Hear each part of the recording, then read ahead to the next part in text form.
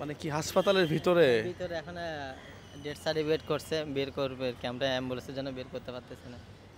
ও আচ্ছা আচ্ছা, আমি আপনাকে আগে টাকা দিছিলাম না? একবার হেল্প করছি। একবার আমি চিকিৎসার জন্য টাকা দিছিলাম। আসসালামু আলাইকুম। আসলেই এমন একটা জায়গাতে দাঁড়ায় আছি, এই ভাইটা ওনার মায়ের জন্য যে সংগ্রাম করছে। আমি কতদিন আগে টাকা দিছিলাম? আপনি আনুমানিক 6-7 মাস। 6-7 মাস আগে, হ্যাঁ।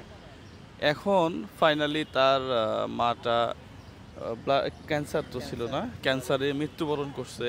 এই অবস্থাতে মাকে কোথায় নিয়ে যাবেন এখন? এখন নিয়ে যাব, আমরা লাকসাম নিয়ে যাব। লাকসাম নিয়ে যাবে, অ্যাম্বুলেন্সের ভাড়া পর্যন্ত নাই। আসলে ক্যান্সারের রোগী, এত খরচ, এরপরও ফাইনালি বাঁচাইতে পারেনি আর কি। তো আপনি চলেন না দেখি আপনার আমরা আইসিইউর ভিতর এখন লাশটা দেখানোর জন্য আপনাদের কে ভিতরে নিয়ে আসছিলাম, কিন্তু সরকারি কিছু রেস্ট্রিকশন থাকায় আমরা আইসিইউর ভিতরে লাশকে দেখাইতে পারতেছি না। ওকে, আমাদের এটা দরকারও নাই। হ্যাঁ, আমরা ভিতরে গিয়ে বাহিরে গিয়ে আপনাকে, হাসান ভাই আছে, ভাড়া যেটা লাগে, হ্যাঁ সেটা আমি দিয়ে দিচ্ছি। চলেন। আপনি ওনার হাজবেন্ড? ওনার হাসবেন্ড। আচ্ছা, পরিচয় হয় নাই, আমার ছেলে বললাম যে ওনাদের পরিচয় করাই দেন।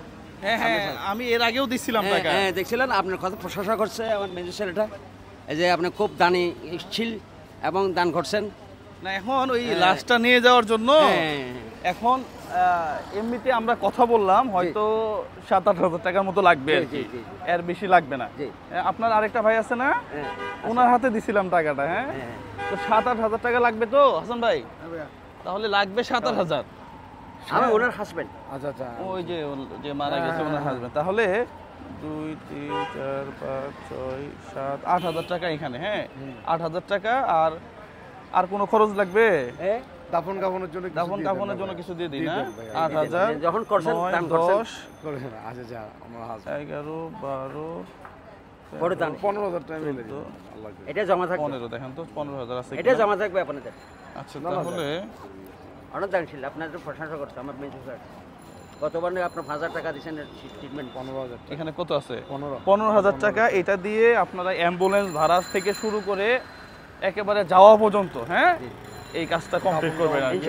আমার আসলে খুব খারাপ লাগলো, আমি আরো 6 মাস আগে ওনাকে 5,000 টাকা দিছিলাম। ও কালকে রাতে কল দিয়ে যদি একটু বলতে যে জুয়েল তোমার সাপোর্ট দিছে, তাহলে আমি দৌড়াই আসতাম। অনেকে কল করে তো ভাই, আসলে বোঝা যায় না আর কি। হ্যাঁ, যাই হোক, তারপরেও উনি আইসে রুমের মাঝে, ওরা বলছে হয়তো আমরা মানবিক খাতরা দেখতেছি, কিন্তু ওরা পাইতেছে না, আপনার প্রেশার পাইতেছে না। খুব চেষ্টা করছে প্রেশারটা, ওর মোটেও প্রেশার নেই। না, এটা অনেকদিন যাবত তো উনি মৃত্যুর সাথে নোট লড়তেছে, এটা আমিও দেখছি। তো যাই হোক, আপনাদেরকে একটা সাপোর্ট দিতে পেরে আমার কাছে ভালো লাগতেছে আর কি এই সময়। হ্যাঁ, এই টাকাটা রুমিয়াপুর টাকা। জি জি, সে সুদূর প্রবাসে থাকে, তার জন্য দোয়া করবেন। ইনশাআল্লাহ ইনশাআল্লাহ ইনশাআল্লাহ। আমি নামাজ পড়ে তো হাত ধরব। হ্যাঁ, দোয়া করবেন ইনশাআল্লাহ।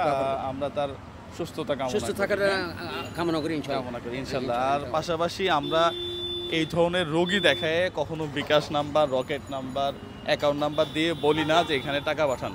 হ্যাঁ, আমাদের কোথাও কোনো বিকাশ নাম্বার নাই। এইদিকে আপনারা যারা আছেন তারা একটু লক্ষ্য রাখবেন। সবাই ভালো থাকবেন, সুস্থ থাকবেন ইনশাআল্লাহ। হ্যাঁ, দেখা হবে। আপনাদের আরো তৌফিক দিতে, আপনারা দান দিতে পারেন ইনশাআল্লাহ ইনশাআল্লাহ। জি জি, সালাম আলাইকুম। সৎকার জারি থাকবে এটা ইনশাআল্লাহ ইনশাআল্লাহ। আসসালামু আলাইকুম। হ্যাঁ জি।